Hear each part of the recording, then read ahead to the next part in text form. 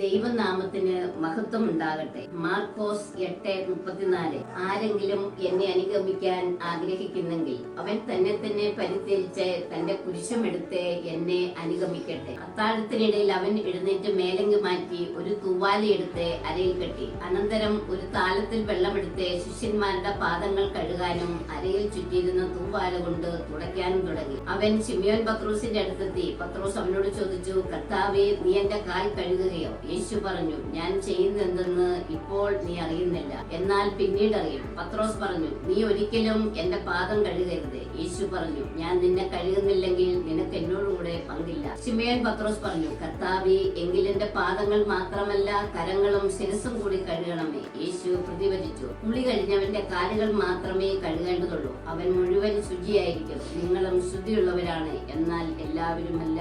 നിങ്ങളുടെ കർത്താവും ഗുരുവുമായി ഞാൻ നിങ്ങളുടെ പാദങ്ങൾ കഴുകിയെങ്കിൽ നിങ്ങളും പരസ്പരം പാദങ്ങൾ കഴുകണം. ഞാൻ പുതിയൊരു കൽപ്പന നിങ്ങൾക്ക് നൽകുന്നു, നിങ്ങൾ പരസ്പരം സ്നേഹിക്കുവിൻ. ഞാൻ നിങ്ങളെ സ്നേഹിച്ചതുപോലെ നിങ്ങളും പരസ്പരം സ്നേഹിക്കുവിൻ. നിങ്ങൾക്ക് പരസ്പരം സ്നേഹമുണ്ടെങ്കിൽ നിങ്ങൾ എന്റെ ശിഷ്യന്മാരാണെന്ന് അതുമൂലം എല്ലാവരും അറിയും. ഹല്ലേലൂയ, ആമേൻ.